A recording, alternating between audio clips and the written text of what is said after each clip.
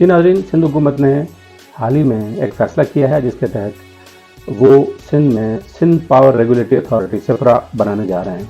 نیپرا جو اس وقت سارے پاکستان میں بجلی کے ٹیرف کو مقرر کرتا ہے، اب وہ سندھ کے اندر جو بھی ٹیرف مقرر ہوں گے یا جو بھی پروجیکٹس کے لیے ٹیرف آئیں گے یا ڈسٹریبیوشن کے لیے جو بھی ٹیرف آئیں گے بجلی کی، وہ سپرا مقرر کرے گا۔ اس حوالے سے سندھ کابینہ نے اس کی منظوری دے دی ہے، جو کہ خوشائند اقدام ہے۔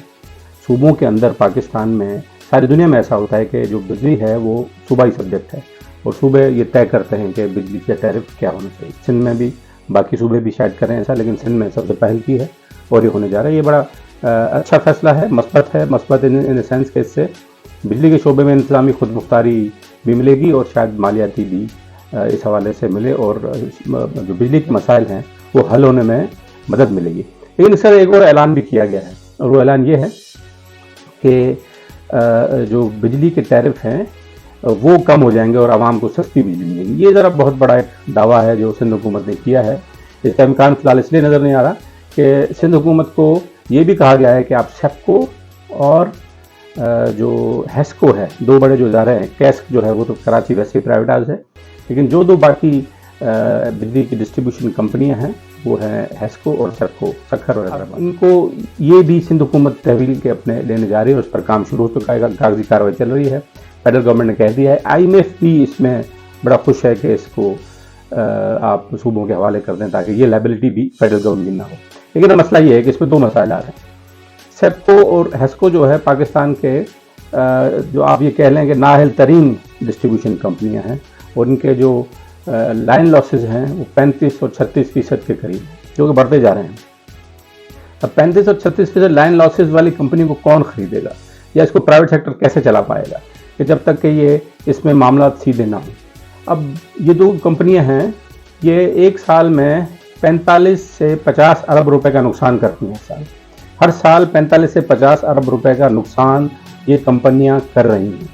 تو اس کو اب یہ کون بھرے گا؟ یہ اس پہلے سال میں اگر آپ سندھ حکومت کے حوالے کر رہے ہیں دونوں کمپنیاں، تو سندھ حکومت کی تو یہ کیپیسٹی نہیں ہے کہ وہ 90 ارب روپے بڑھ سکیں، تو یہ پیسے عوام سے ہی، کنزیومر سے لیے جائیں گے۔ تو اس لیے بجلی سستی ہونے کا فی الحال بہت جلدی میں کوئی امکان نظر نہیں آ رہا۔ اس کے علاوہ جو باقی جو جنریشن ہے، کے پی نے اور پنجاب نے کہا ہے کہ اگر آپ ہمیں یہ بجلی ڈسٹریبیوشن کمپنیز دیں گے تو اس کے لیے آپ ہمیں جنریشن کے بھی دیں، جو کمپنیز وہاں پر ہیں جو بجلی پیدا کرتی ہیں وہ بھی ہمارے حوالے کریں تاکہ ہم سسٹم کو ٹھیک کر سکیں۔ سندھ کی طرف سے بظاہر ایسا فی الحال کوئی مطالبہ سامنے نہیں آیا ہے، لیکن وہ چاہ رہے ہیں کہ یہ دونوں کمپنیوں کے حوالے ہوں۔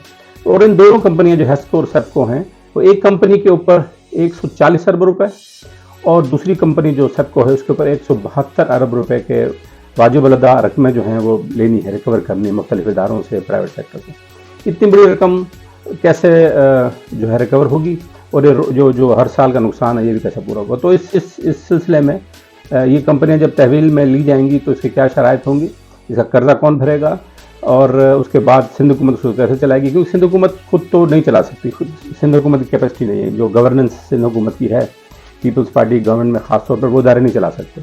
پرائیویٹ سیکٹر میں جتنے بھی ادارے انہوں نے دیے ہیں، ہیلتھ کے شعبے میں، انرجی کے شعبے میں، سندھ ایگرو کول مائننگ کمپنی خود دیکھیں پرائیویٹ سیکٹر میں چل رہی ہے، اور ہیلتھ کے جتنے بھی ہسپتال ہیں بڑے بڑے گمبٹ اور باقی دوسرے جو ہسپتال ہیں NICVD ہے، وہ بہت اچھے چل رہے ہیں۔ جو پرائیویٹ سیکٹر میں دے دیے جائیں وہاں پر وہ انڈیویجول ہے وہ میٹر کرتا ہے، لیکن یہ سندھ گورنمنٹ جب تک پرائیویٹائز نہیں کرے گی تو ادارے نہیں چل پائیں گے۔ اگر آپ دیکھیں آگے یہ ادارے کیسے چلتے ہیں، سیاسی مداخلت کیسے کم ہوگی، ہر جو جابس ہیں وہ بھی دے دی جاتی ہیں، کانٹریکٹس اپنی مرضی سے دے دیے جاتے ہیں، تو یہ تو نہیں چلتا پرائیویٹ سیکٹر میں۔